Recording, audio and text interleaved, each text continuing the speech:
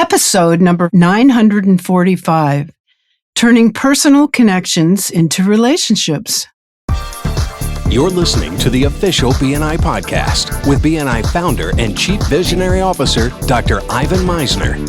Stay tuned for networking and referral marketing tips from the man who's been called the father of modern networking, along with suggestions and insights into getting the most from your membership in the world's largest networking organization, BNI. Hello, everybody, and welcome back to the official BNI podcast. I'm Priscilla Rice, and I'm coming to you from Live Oak Recording Studio in Berkeley, California, and I'm joined on the phone today by the founder and the Chief Visionary Officer of BNI, Dr. Ivan Misner. Hello, Ivan. How are you, and where are you? I am doing great, Priscilla. This week, I'm back from Hawaii. I was in Hawaii for a Transformational Leadership Council event, which went great. And of course, I did a BNI presentation while I was there. And this week, I'm in Charlotte, North Carolina, in the BNI Global Headquarters. I still sit on the board of directors. And so this week, I'm in Charlotte. Great. And what are you going to share with us this morning? Well, I'm going to share a little bit of information about something that I've been talking to the media about both this week and next week. Similar things in that I've been talking to the media about these topics, and I thought they might make a great podcast. And this one's about turning personal connections into relationships. A relationship at rest will remain at rest unless acted upon by a purposeful business interaction.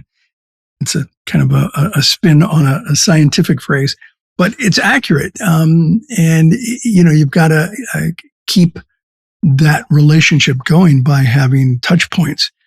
And I would recommend that people go to episode number 708, which is about VCP.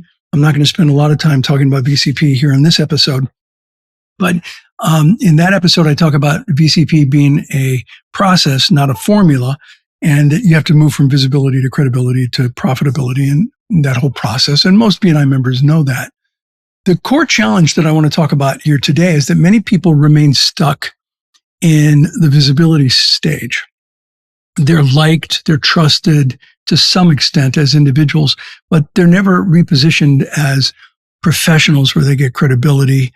And without making this shift, referrals rarely, if ever, happen.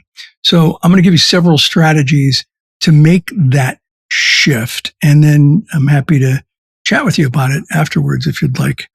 Priscilla. Okay.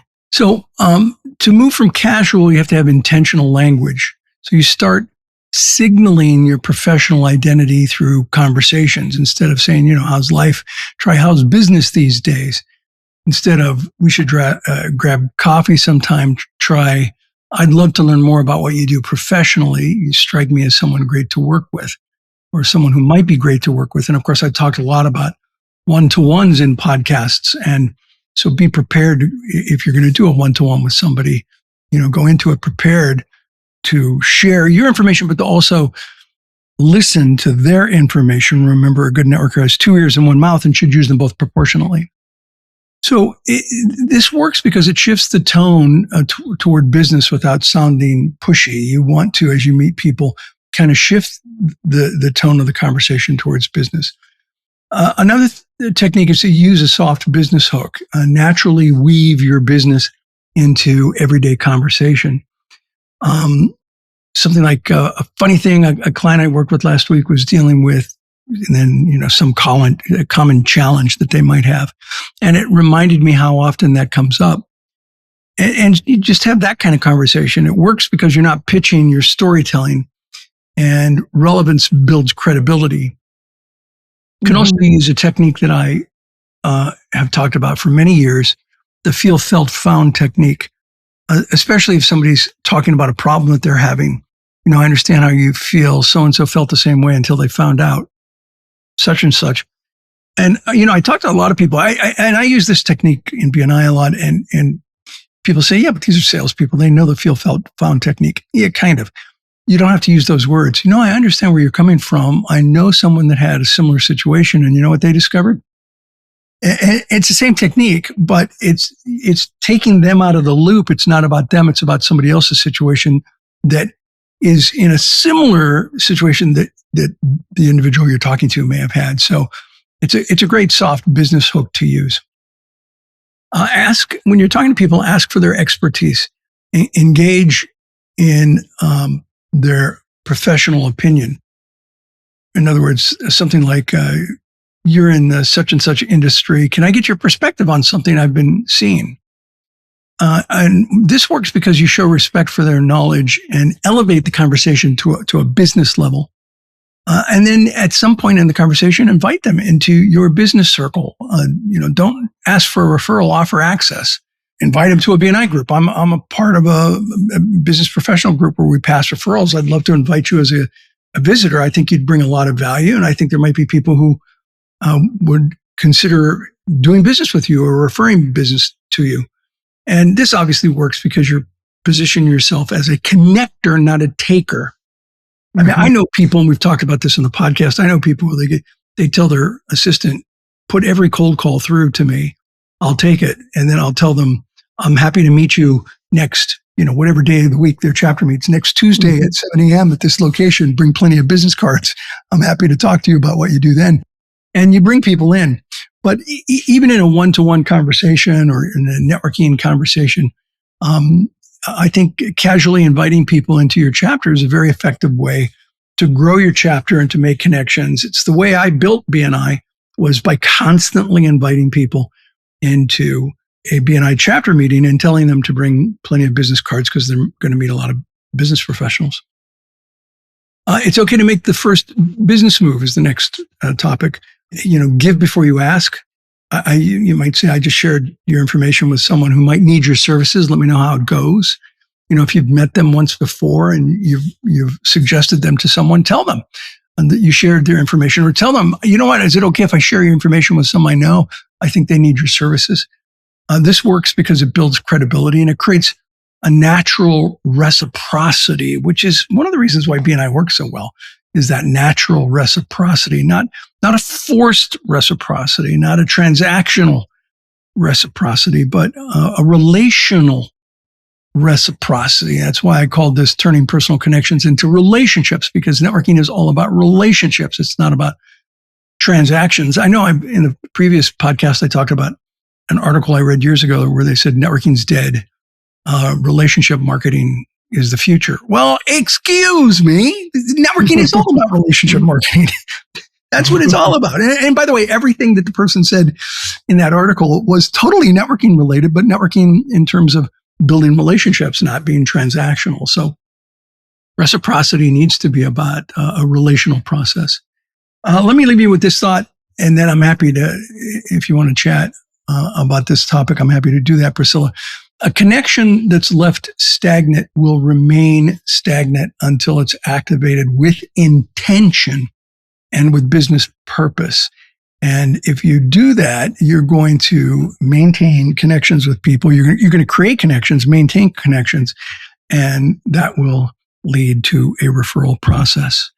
And that's my topic for today. I would love to hear anyone that has had some similar experiences in turning personal connections into particularly business relationships. I'd love to hear from on the podcast. And as I've mentioned before, I read all of the comments.